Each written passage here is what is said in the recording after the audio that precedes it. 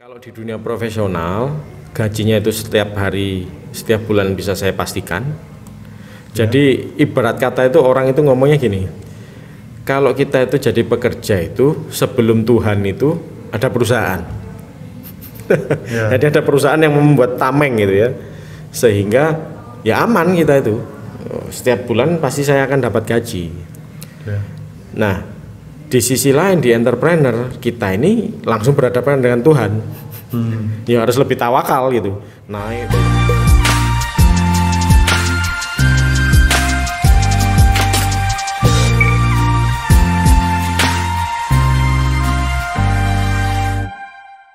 Ya, Assalamualaikum warahmatullahi wabarakatuh. Selamat datang di Tugu Inspirasi, membincang inspirasi dengan orang-orang hebat. Ya, kali ini kita kedatangan Mas Hegi Harjoyo.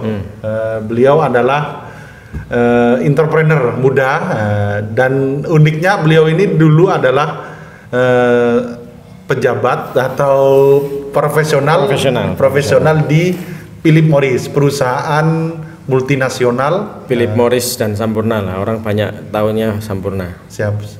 Nah, itu sekitar 2 tahun yang lalu Mas ya? 2 tahun yang lalu. Terakhir. 2 tahun setengah lah Mas. 17 tahun di Philip Morris dengan 17 tahun, jadi gini, totalnya itu 17 tahun, 3 tahun setengah di Astra, 13 tahun setengah di Sampurna dan Philip Morris.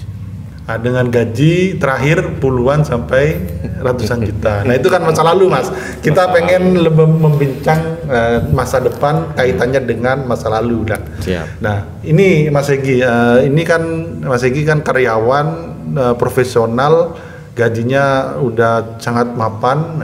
Lalu ada ini Mas ya, ada gelombang karena pandemi Mas ya, atau resign atau gimana Mas? Gini, jadi motifnya itu lebih ke arah apa ya, panggilannya itu ada 3 hal.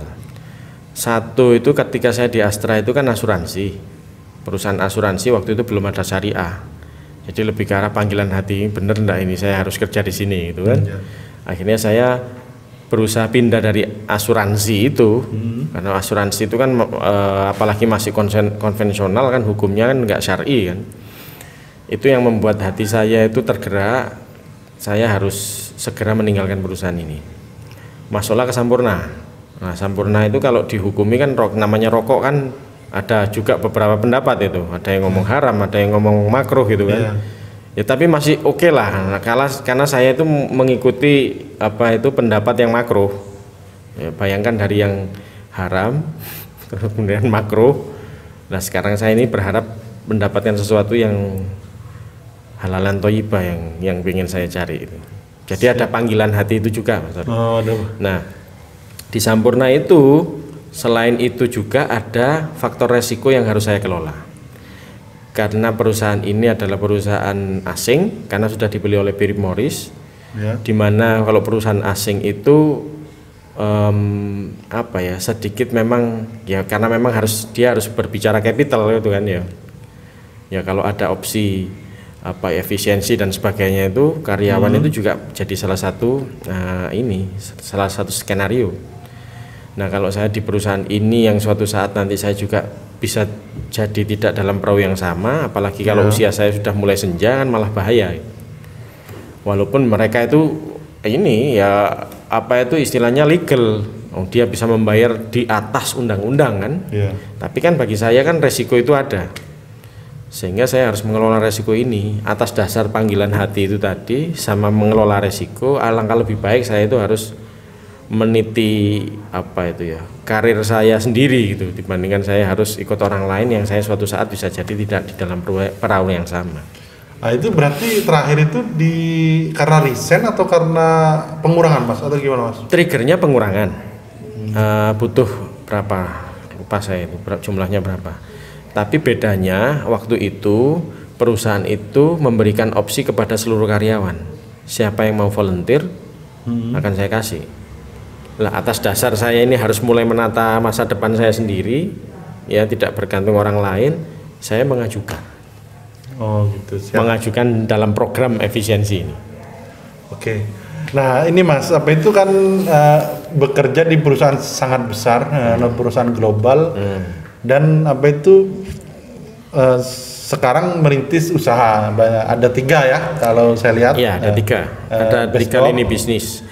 Besdo Bakery ini di dunia bakery, jadi di apa itu roti. Memang segmennya yang kita bidik adalah medium premium. Terus ada kita juga sekarang lagi mengelola kafe di Sawo Jajar. Segmennya beda, lebih ke arah medium low. Nah satu ini yang lagi kita rintis bisnisnya lebih ke arah jasa, Harjoyo People Center. Berawal dari keresahan saya ini dengan teman-teman rekan usaha ini, kok keluhannya para pelamar kerja ini kok susah ya nyari peluang kerja itu sekarang ya, apalagi di era pandemi seperti ini. Sementara di level pebisnis teman-teman juga berkeluh kesah ini, kok susah juga cari apa itu kandidat yang fit dengan organisasi. Nah ini problem, inputnya mengeluhkan, kita yang membutuhkan apa itu tenaga kerja juga mengeluhkan. Atas dasar ini bisa jadi juga kendaraan untuk bisnis, juga menjadi kendaraan untuk bermanfaat buat lingkungan kita rintis sekarang bisnisnya. Siap. Nah Mas, ini apa bedanya Mas menjadi profesional dengan mapan ya, dengan gaji mapan tapi juga tuntutan besar, dengan menjadi entrepreneur dari memang merintis dari awal, meskipun nggak dari awal karena ada modal ya, dan ada pengalaman ya, ada capital yang lain, skill. Nah itu apa Mas yang membedakan menurut sampean yang paling mendasar? Gampang-gampangnya gini Mas Torik, kalau di dunia profesional gajinya itu setiap hari, setiap bulan bisa saya pastikan. Jadi ibarat kata itu orang itu ngomongnya gini, kalau kita itu jadi pekerja itu sebelum Tuhan itu ada perusahaan. Jadi ada perusahaan yang membuat tameng gitu ya, sehingga ya aman kita itu, setiap bulan pasti saya akan dapat gaji. Nah di sisi lain di entrepreneur kita ini langsung berhadapan dengan Tuhan. Ya harus lebih tawakal gitu, naik turun dan sebagainya itu kan sudah nggak ada tameng lagi gitu kan. Yang ada malah kita itu punya tim yang sudah yang menggantungkan diri ke kita kan, malah double itu ininya pemikirannya. Sudah kita harus mengamankan dapur kita, tapi kita juga harus melihat tim kita ini juga harus diamankan juga ini, gitu kan. Jadi secara mindset tantangannya double, Mas Torik. Nah bedanya adalah kalau di perusahaan karena kita sudah ada tameng dan kita itu lebih cara sudut pandangnya itu lebih ke arah selfish itu egois. Kalau kita jadi karyawan yang kita pikirkan ya diri kita, keluarga kita, karir kita, ya kan? Nggak pernah saya dulu berpikir itu lingkungan sekitar saya itu bagaimana, apakah mereka ketemu orang ngapain, nggak pernah berpikir yang macam-macam. Tapi begitu di dunia usaha, ya itu bedanya. Paling tidak sekarang itu saya ada berapa ini totalnya 20 sampai 30 orang yang akan menerima manfaat dari bisnis ini secara langsung.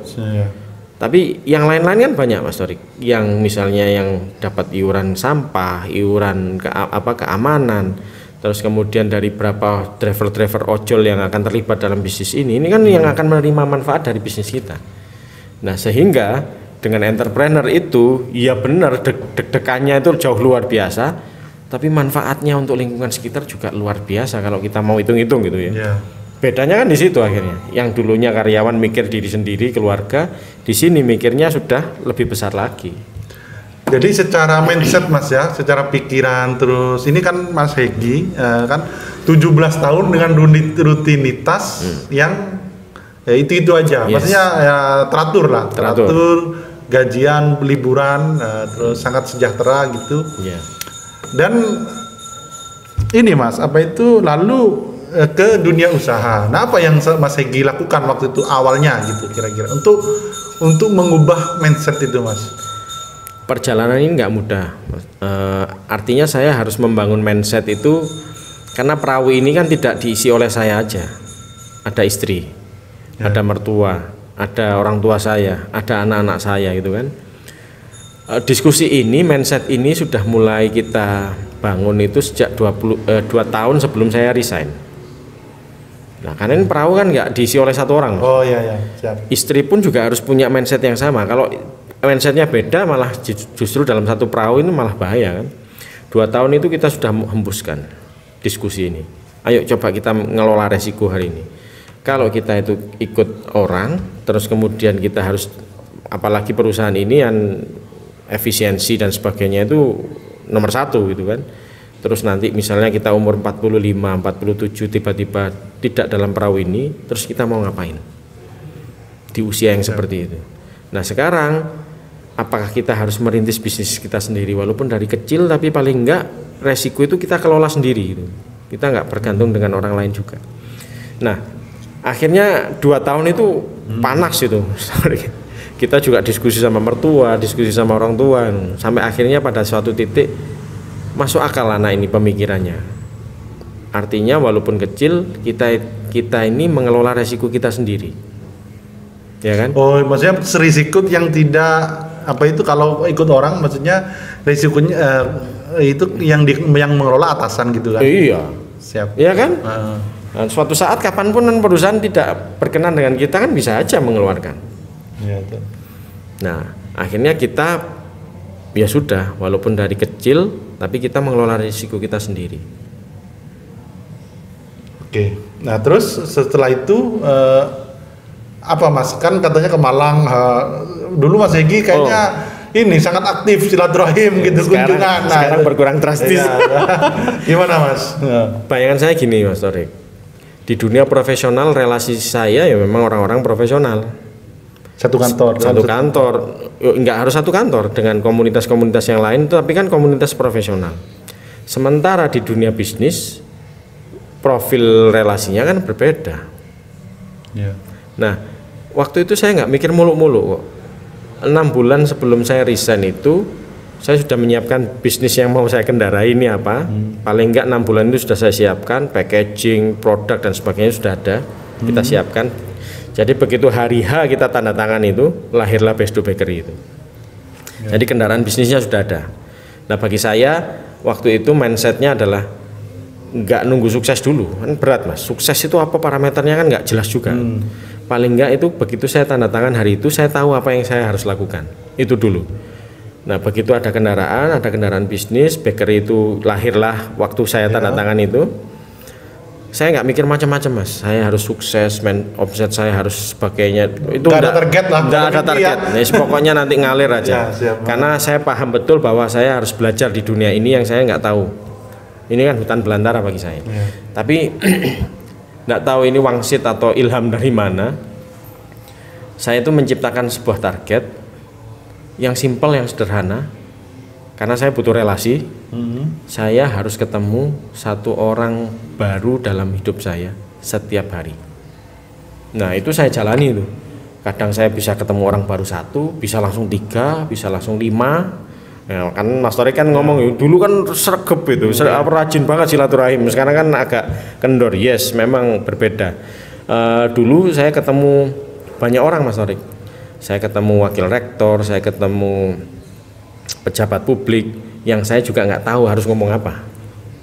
Tapi dari situ luar biasa dampaknya secara bisnis juga dampaknya luar biasa. Selain ilmu, selain tambah relasi, bisnisnya juga terakselerasi. Saya ketemu dengan pejabat publik, saya ketemu dengan akademisi, saya langsung ketemu dengan praktisi dengan level bisnis yang berbeda-beda gitu ya. Itu yang akan yang akhirnya membangun saya baik dari sisi bisnis, juga tiba-tiba relasi ini juga jadi customer, relasi ini juga jadi mentor saya, relasi ini juga jadi supplier saya. Sudah itu akhirnya mindset pertumbuhan bisnis dan sebagainya luar biasa akhirnya. Jadi KPI atau indikator yang sederhana tadi itu, saya hanya berharap ketemu orang 1 baru setiap hari itu, dampaknya ke bisnis itu luar biasa. Karena dari ilmu dari luar itu dipraktekkan ke dalam gitu Mas ya. Ke dalam bisnis Selain itu juga untuk menambah jaringan, nambah order, jadi supplier, macam-macam Mas tadi. Nah, ini asalnya dari mana enggak tahu saya. Waktu itu pikiran saya simpel. Tapi akhirnya saya belajar bahwa bisnis itu banyak kan yang dikelola. Tapi kalau kita nggak fokus juga kita nggak akan kemana-mana gitu kan. Nah, sehingga sekarang itu saya ciptakan indikator-indikator yang sederhana, yang ketika itu tercapai harusnya dampaknya kemana-mana gitu. Pelajarannya kan itu akhirnya. Siap. Oke. Nah, ini kan pembaca kita banyak milenial, Mas. Menurut sampean milenial itu lebih baik menjadi profesional atau pengusaha? Mas kan sudah merasakan. Yes. Nah, itu yang sebenarnya yang pengen saya bagi kepada masyarakat yang lebih luas. Yang tadi saya sebutkan itu, cikal bakalnya Harjoyo People Center ini. Ya. Nah, kemarin kita sudah bikin satu pelatihan yang kita berikan ke milenial ini, yang galau, mau lulus mau ngapain, terus mau kemana gitu kan. Nah, ini penting. Yang saya jual adalah awal-awal yang saya ceritakan cerita sukses. Saya ketika saya tinggal di Filipina, ketika saya tinggal di Hong Kong, terus kemudian ketika saya tinggal di Korea, terus kemudian ketika saya berkelana di Eropa, mulai dari Italia naik ke mana itu? Italia, Swiss, Prancis, Belanda, Turki, ya kan? Itu saya ceritakan semua, Mas. Saya ceritakan ke peserta didik saya ini, sehingga yang terekam mereka kan seakan-akan sukses. Ya. Enak gitu kan ya, enak sukses gitu kan. Nah, terakhir saya banting itu. Kondisi yang seperti itu saya banting dengan kondisi yang berbeda. Yang saya ceritakan adalah saya punya 4 orang yang saya bandingkan. Ya. Satu yang orang itu fokus di bisa punya apa enggak, Mas? Dunia entrepreneur ya. Teman-teman semasa SMA. Teman semasa bisa SMA, bisa teman pas kerja. Ya. Tapi saya potret di tahun 2007 itu sama kita statusnya. Ya. Jadi ada teman saya yang berkarir di Sampurna sampai hari ini, ada teman saya yang dari lulus kuliah itu sudah entrepreneur, ada teman saya itu yang ya mbapat alas bareng ownernya sekarang ini, membangun bisnis bareng-bareng, tapi dia juga sebagai karyawan di situ. Dan saya bandingkan saya. Gitu. Nah, ketika saya potret 4 orang ini di tahun 2022, berarti berapa tahun itu? 15 tahun kan? Ya. Yang satu teman saya yang fokus di dunia kerja tadi itu sudah jadi direktur. Yang satu teman saya ini tadi yang fokus di entrepreneur dengan naik turunnya bangkrut dan sebagainya. Sekarang sudah jadi ownernya salah satu kuliner yang sangat besar di Malang ini. Yang nggak pernah orang itu nggak akan tahu nggak akan pernah orang itu nggak kenal figur orang ini. Terus yang kedua, teman saya yang tadi itu berkarir di dunia bisnis UMKM yang tiba-tiba sekarang ulang tahun dapat Mercy, dapat Alphard. Ya kan, di tahun 2022 ini saya potret semua ini. Terus saya yang semula jadi senior manager harus banting setir jadi entrepreneur, level saya turun. Jadi 4 orang ini ketika dipotret tahun 2007 itu sama. Secara lifestyle, kacamata sukses ya ini ya. Tapi di tahun 2022 lifestyle yang paling mengerikan malah justru teman saya yang fokus di merintis bisnis bareng UMKM tadi. Begitu dia ikut dengan orang yang tepat, orang gitu. Yang tepat, owner yang tepat, dan dia mengabdikan dirinya dengan owner tersebut. Tapi bisnisnya juga untungnya tumbuh, Mas ya. Kalau UMKM terus kan bahaya. Nah, bahaya. Makanya yang penting Mas Torik. Insight-nya kan gini. Kalau kamu hari ini galau sebagai lulusan kuliah apapun lah itu milenial itu, intinya kan pesannya kamu harus fokus dengan apa yang kamu mau. Yang jadi problem adalah orang kita ini kebanyakan nggak tahu apa yang kita mau, apa yang mau kita capai. Akhirnya nggak fokus berkelana sana sini 15 tahun ya. Akhirnya saya yang 17 tahun jadi senior manager tadi akhirnya merintis bisnis mulai nol kan. Kan poinnya itu Mas. Nah, yang tadi itu yang teman saya itu yang merintis bisnis bareng UMKM itu tiba-tiba sekarang lifestyle-nya itu kacamata sukses dia yang justru yang paling tinggi sekarang kastanya paling tinggi yang entrepreneur itu paling tinggi kalau ngomong 2022 sekarang kastanya ya kan. Saya tahu gaya hidupnya bagaimana gitu kan. Nah, cuman ketika kita fokus akhirnya kan kita mikir strateginya. Nah, kalau kita mau ya wis lah dengan kapasitasku sekarang aku harus bergabung dengan bisnis UMKM misalnya. Ya lihatlah ownernya.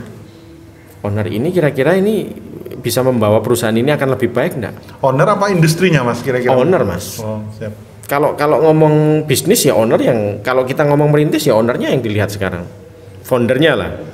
Apakah founder ini punya visi, mau kemana bisnis ini ke depan, paling enggak kan gitu. Itu kan menentukan kita melihat bisnis kita kira-kira ke depan. Ini kacamata ikhtiar loh ya, bukan takdir loh ya. Kalau takdir kan nggak perlu didiskusikan lagi mas. Tapi kalau kacamata ikhtiar, lihat ownernya. Oh, ownerku ini baik hati gitu ya.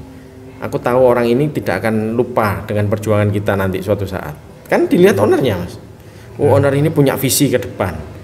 Aku berharap oh pasti ini bisnis ini akan membesar dengan cara dia berpikir, cara dia menyampaikan gagasannya dan sebagainya. Nah itu kan kalau kita fokus mas, akhirnya kan kita ngomong strateginya harus seperti apa di situ. Sama halnya kalau saya, oh ya wis, saya dengan kapasitas hari ini saya pengen berkarir di perusahaan besar. Nah ketika kita tahu apa yang kita mau, apa yang mau kita capai, kita fokus dengan itu kan strategi kan muncul. Oh berarti harus saya berkarir, berarti harus mengembangkan kapasitas saya, berarti manajerial saya harus bisa, leadership harus bisa, kan situ. Intinya adalah penting bagi teman-teman milenial ini untuk tahu apa yang dia mau dan fokus. Jangan nanti akhirnya terombang-ambing oleh apa itu sosial media. Oh saya pengen 5 tahun pengen ini, tiba-tiba banting setir pengen ini. Akhirnya kan nggak kemana-mana kita bertahun-tahun. Siap. Itu yang lagi saya pengen bangun dengan kendaraan Harjoyo People Center ini mas Tori. Jadi bagaimana menentukan ini mas ya tujuan hidup dulu gitu. Yes. Bagaimana menata hidup kita itu mau kemana? Karena nggak semua orang harus jadi pengusaha mas ya. Iya. Nggak semua orang harus jadi profesional gitu. Ya tadi kan yang saya ceritakan kan grafiknya bisa beda-beda mas. Ketika di karir perusahaan besar mungkin lebih linear. Tapi kan dia harus bersaing dengan kualitas SDM yang luar biasa juga. Berarti dia harus fokusnya di mana? Ya memperbesar kapasitas. Kalau suatu saat saya harus memimpin tim, ya berarti saya harus memupuk managerial skill saya, leadership saya. Terus kemudian kalau semakin besar kan politiknya juga luar biasa juga, walaupun di dalam bisnis. Oke, siap. Mas ini Mas Hegi terus sekarang merintis dunia entrepreneur. Ini mas apa itu yang paling kalau secara pemasukan, nah itu kan drop, bisa ngedrop ya. Tapi apa mas hal lain yang didapat? Drop 1/5 bisa jadi. Oh gitu. Hal lain yang didapat apa mas? Mungkin pemasukan drop, tapi hal maksudnya pengetahuan lain atau hal lain di dunia entrepreneur ini yang didapatkan apa mas? Sederhana gini mas Tori. Kalau hari ini saya akan balik lagi ke jadi orang profesional. Nggak mau ya? Enggak, maksudnya gini. Ya, siap. Ketika saya hari ini 2,5 tahun saya jadi entrepreneur. Katakanlah saya harus banting setir lagi ke dunia profesional. Saya lebih siap bertarung dengan teman-teman saya yang lain. Karena saya sudah punya ilmu baru, skill baru yang dinamakan kalau di dunia bisnis itu di dunia profesional namanya kompetensinya namanya business acumen, Mas. Dimana itu ketika saya dari karyawan dulu itu saya bingung ketika bos-bos saya itu ngajak diskusi tentang people nggak nyambung, bos-bos ini kurang kerjaan ini. Ketika saya diajak diskusi tentang finansial, oh apakah itu apa yang namanya variable cost, fixed cost, nggak nyambung mas aku mas dulu. Ketika saya diajak bicara tentang bisnis strategi, oh kompetitor mau kemana dan sebagainya, nggak dapat saya itu waktu itu. Ketika saya jadi entrepreneurship, ini kan seakan-akan saya jadi CEO kan. Cara berpikir saya itu kan harus berpikir bisnis sudah. Oh saya harus menata finansial saya, kan belajar financial engineering. Oh saya harus mengelola SDM ini. Karena kalau bisnis saya kerjakan sendiri nggak akan pernah besar.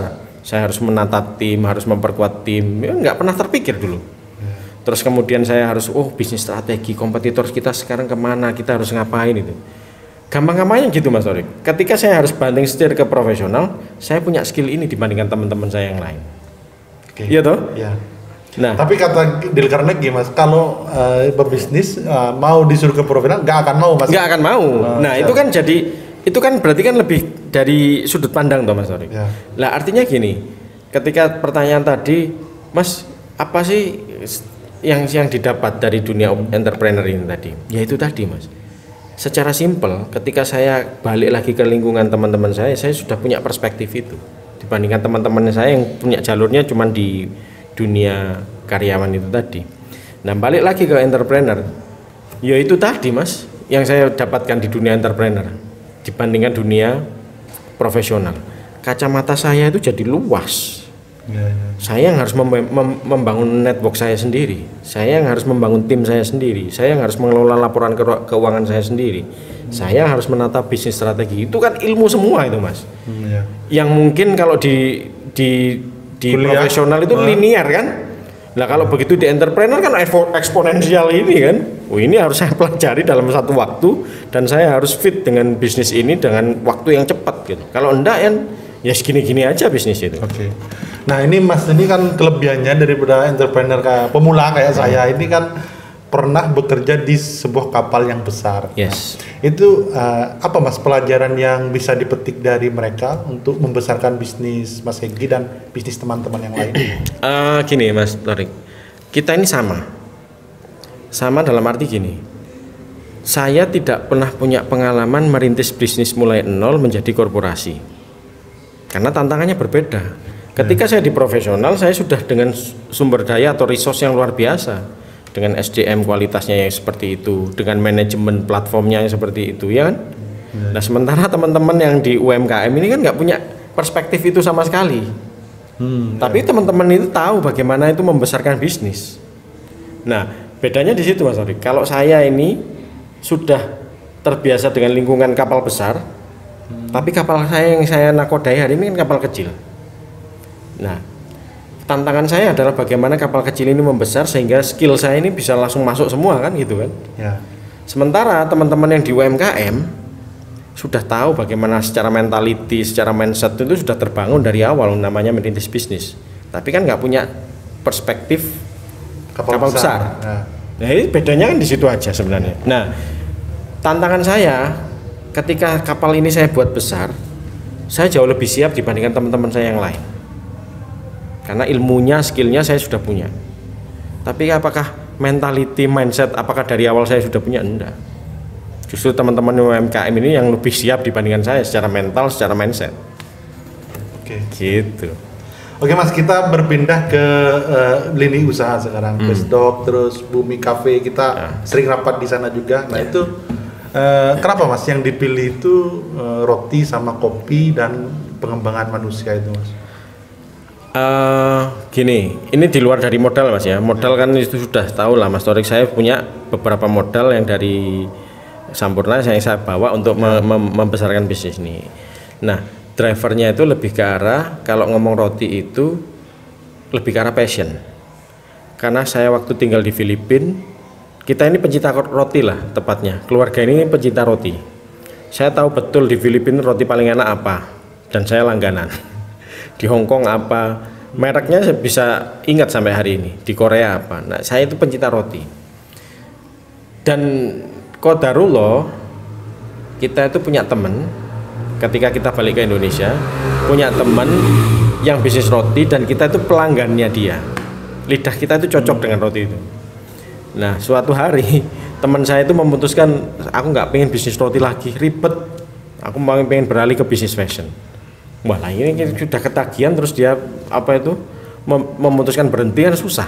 Tapi kita melihat peluang. Passion kita di situ, terus kemudian ada roti yang enak ini, yuk kita ngomong heart to heart. Plus hitam di atas putih. Saya beli resepnya. Jadilah roti. Jadi passion plus ada opportunity. Terus yang kopi ini berapa tahun setelah roti Mas? Berapa bulan? Setahun. Nah kalau kopi ini lebih ke arah, karena saya sudah punya, karena kan saya juga investor Mas. Saya itu punya bisnis di Sidoarjo, tapi saya sebagai investor dan pasif.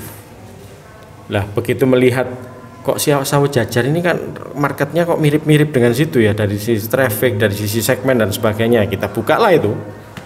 Dan lumayan Mas ya? Dan lumayan, dan jalan, alhamdulillah jalan. Kalau roti sama kopi, menurut Mas Hegi lebih sehat mana Mas? Lebih lumayan mana? Gini, kalau ngomong potensi, roti ini jauh lebih ngeri. Kalau mau dibawa besar gitu ya, sampai menjadi suatu pabrik itu potensinya jauh lebih besar. Kalau si Bumi Cafe ini, cash flow-nya lebih sehat. Tapi potensinya ini kan kita harus mikir lebih keras lagi nih. Karena persaingannya Red Ocean dan sebagainya itu kan lebih ngeri lagi, tapi lebih sehat secara cash flow. Nah, itulah kenapa si Harjoyo People Center ini tadi kita kawinkan dengan yang Bumi ini. Bumi yang sekarang ini adalah tempat ngopi akan kita rebranding. Bumi itu tidak hanya tempat ngopi. Bumi akan menjadi tempat belajar. Bumi akan menjadi tempat event-event yang lain. Nah, itu lebih ke arah sinergi. Si Harjoyo People Center ini tadi itu tujuannya untuk yang tadi itu Mas, yang untuk membantu bagaimana mengkawinkan SDM input menjadi siap di dunia bisnis, dunia usaha. Tapi kan kita butuh tempat. Kita kawinkan dengan Bumi. Keren. Nah, ini Mas, kalau di di Sampurnaku dulu kayaknya Mas Hegi lebih ke SDM Mas ya, HRD dan enggak Mas, itu branding yang dikenal oleh teman-teman. Saya itu expertnya SDM, padahal sebenarnya kalau di total secara waktu Mas ya, HRD itu kan muncul capability itu saya mulai ketika saya di Astra 3,5 tahun. Setelah itu di Sampurna kira-kira 1,5 tahun. Jadi total 5 tahun. Padahal perjalanan karir saya 17,5 tahun. Lah 12,5 tahun itu Mas, lebih banyak di dunia operasional, di dunia manufacturing, pabrik, di dunia perencanaan, dunia supply chain. 12,5 tahun malah saya justru banyak di situ. Nah, cuman karena teman-teman di UMKM itu problematika yang paling pelik gitu di SDM. Saya sering diskusi tentang SDM, akhirnya terbranding bahwa saya itu orang SDM. Padahal klien-klien saya yang besar di factory itu lebih ke arah supply chain-nya, lebih ke arah manajemen pabrik dan sebagainya. Oke Mas, nah ini SDM kan memang ini Mas ya, kendala hampir semua UMKM lah ya, semua di industri. Nah, ini berarti Mas Hegi punya modal ya, untuk membangun tim di di Bumi sama di Roti sama di Hegi Harjoyo itu. Apa Mas strategi fundamental yang Mas Hegi terapkan gitu di 3 perusahaan itu? Oh, oke. Maksudnya kaitannya dengan SDM? Ya, SDM. Gini, saya itu bisa dibilang organik, bisa juga dibilang tidak organik, karena saya sudah punya skillnya. Nah, rata-rata itu problem kita itu kan macam-macam di UMKM itu. Kalau dari rekrutmen tidak ada strateginya sama sekali, malah kamu ada yang temen yang nganggur nggak? Kalau ada yang nganggur, ayo bergabung dengan tim saya, gitu. Ada juga yang by feeling, ada juga begitu yang bergabung drama di dalam internal perusahaan, kan macam-macam. Nah, yang tidak organik di tempat saya, akhirnya saya buat strateginya, saya coret-coret. Oh, berarti dari sisi sourcing saya harus punya orang yang seperti apa, saya tahu. Nah, terus kemudian naik kelas kan, ini kan bisnis ini kan tidak hanya menyelesaikan problematik SDM kan, tapi yang paling penting bagaimana SDM ini bisa saya ajak lari bareng untuk bisa ini cepat gitu pertumbuhannya. Itu tantangannya beda lagi Mas. Nah, akhirnya saya harus membangun visi misi, membangun feeling dengan tim yang lain, bagaimana membuat visualisasi visi itu gak mudah loh Mas Tori. Orang-orang kan ngomong visi itu kan narasi biasa, menjadi perusahaan ini. Apa itu? Apakah itu nyantol dengan tim? Biasa kebanyakan teman-teman enggak. Karena hanya narasi itu tidak membuat vibes itu tergetar. Nah, untuk menggetarkan itu gimana Mas? Nah, itu tantangan Mas Tori. Caranya yang kita lakukan kemarin gini Mas Tori, orang itu akan lebih gampang cocok kalau banyak kesamaan. Setuju enggak? Ya, setuju. Bayangkan Mas Tori ini datang di event besar, nggak kenal sama siapapun orang ya kan? Akhirnya komunikasi mulai dibangun ini satu sama lain. Ternyata saya aslinya Lamongan, ketemu orang yang aslinya juga Lamongan, bisa jadi lebih dekat enggak dibandingkan teman-teman yang lain. Nah, itu yang saya bangun awal-awal fondasinya. Mikir saya sama tim, fondasi apa ya yang jadi kendaraan dan ini yang bisa jadi solid. Akhirnya ketemu kendaraan ekonomi. Saya punya tim yang level ekonominya ya rata-rata orang sama aja gitu kan. Ada yang dari kejar-kejar debt collector, ada yang nikah aja masih utang dalam tanda kutip, ada yang gaji dan utang itu impas. Nah ini kan kendaraan yang sama sebenarnya. Oh iya. Nah ketika kita ceritakan ini satu sama tim yang lain itu, ternyata kita itu punya same feeling, punya perasaan yang sama hari ini. Itu saya gali mas. Akhirnya ketemu. Nah kita buatlah strategic meeting waktu itu di Bali. Kita hari pertama itu tangis-tangisan mas Torik.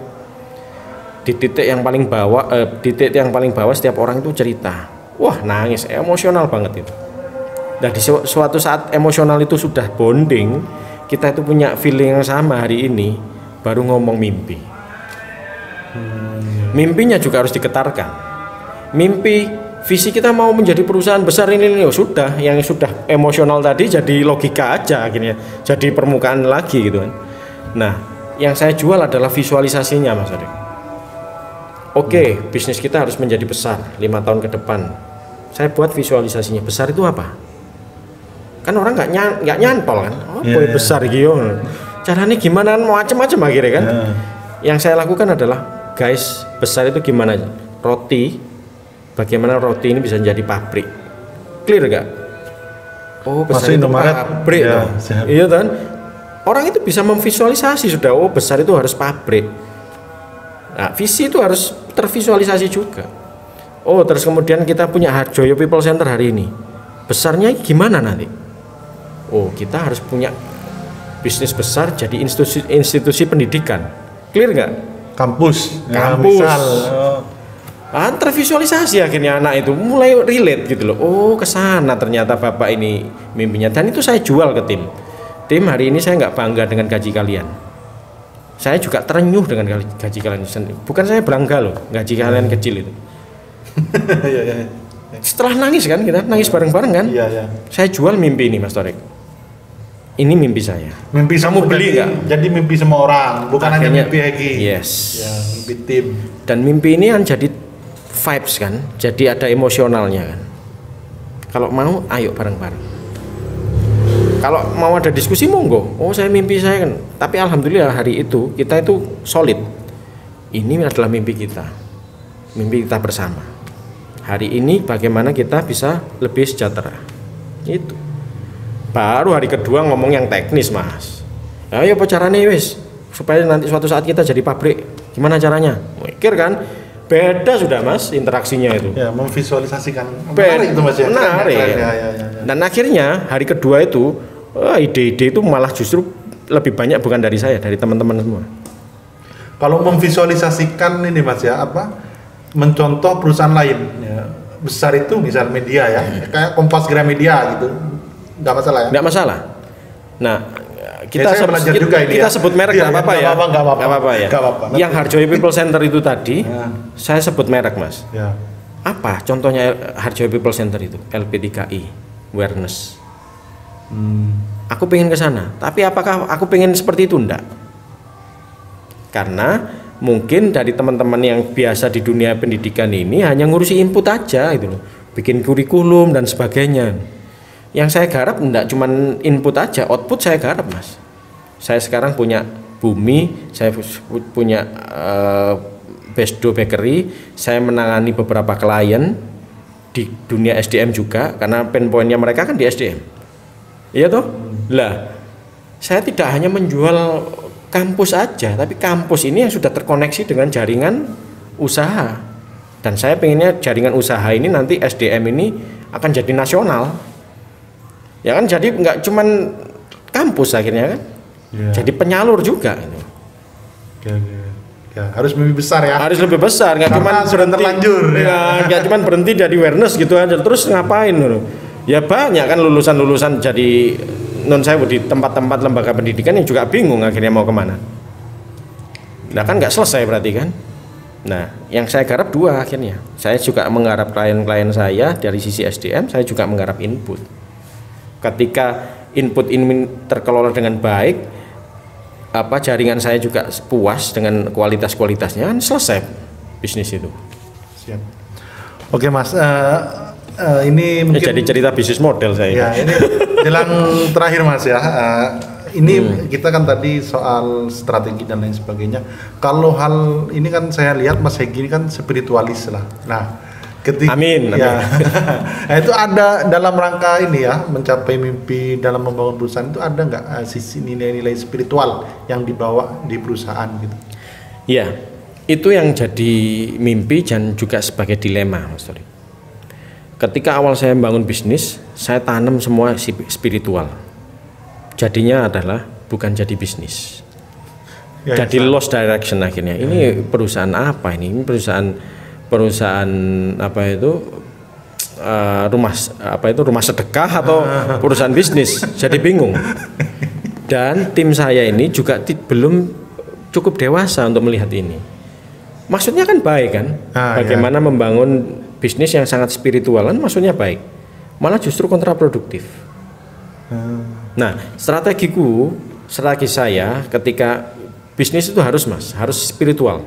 Kalau enggak itu akhirnya ngapain saya pindah-pindah dari perusahaan profesional akhirnya membangun bisnis. Justru di bisnis inilah ladang kita untuk bisa menebar manfaat yang lebih luas. Jadi amal dan sebagainya itu kan. Ya, siap. Nah, cuman begitu itu jadi satu di blur, Mas. Di saat budaya atau kematangan organisasi ini nggak cukup dewasa, akhirnya bisnis ini nggak roh bisnisnya nggak ada akhirnya. Nah, yang saya lakukan hari ini, Mas Torik, saya mau pisah untuk awal-awal. Saya berafiliasi dengan rumah sedekah. Saya juga lagi membangun jaringan rumah-rumah tahfidz. Sengaja saya pisah. Bisnis, tapi hasil bisnis ini larinya ke sana. Beberapa lari ke sana. Nah, mulai saya memasukkan. Jadi di setiap Jumat yang Kelampis harus produksi roti untuk sekitar, diberikan ke sekitar. Yang di sini untuk misalnya panti asuhan, yang di Malang, yang Bumi pun juga memproduksi untuk itu. Mulai saya, tapi nggak saya campur hari ini. Tapi nilai-nilai ini sudah mulai saya masukkan. Saya tanamkan ke tim-tim. Jangan salah ya, bisnis kita ini sudah ditunggu oleh rumah-rumah tahfidz ini. Sudah ada 3 rumah tahfidz yang nunggu. Ada panti asuhan yang harus kita, kadang itu harus Jumat Barokah dan sebagainya, itu harus sudah mulai saya bangun. Tapi di awal itu nggak cukup dewasa kalau kita harus campur itu. Akhirnya butuh apa istilahnya, facing, Mas. Mengenalkannya itu nggak langsung bleng gitu. Gitu. Oke, siap Mas. Terakhir Mas, kalau 3 kata untuk anak muda milenial mencapai kesuksesan, 3 prinsip hidup apa yang harus dimiliki Mas oleh orang gitu Mas? Planning. Kamu itu harus tahu apa yang kamu mau. Berarti kan planning, Mas. Ya, planning. Mau kemana sih gitu? Itu clear. Ketika itu sudah firm di genggaman tangan kita, fokus. Setelah fokus, baru yang tadi itu lebih ke arah apa ya? Mbuh piye carane, ya kan? Mbuh piye carane kan memperbesar kapasitas bagaimana menuju itu. Jadi plan, fokus, improve. Sehingga kamu nggak buang-buang waktu, nggak berkelana sana sini, nggak mudah gelap mata atau malah justru aku pengen kayak itu kayak ini. Akhirnya kamu kacau. Gas, aku sudah 20 tahun tapi aku nggak kemana-ngapain. Itu untuk teman-teman kita, mudah-mudahan membantu. Siap. Ini kita banyak dapat ilmu daging semua. Terima kasih Mas Henggi. Sukses selalu usahanya. Sama juga gitu untuk Tugu Jatim. Siap. Terima kasih. Jaringan. Kurang lebihnya, Assalamualaikum warahmatullahi wabarakatuh. Waalaikumsalam warahmatullahi wabarakatuh.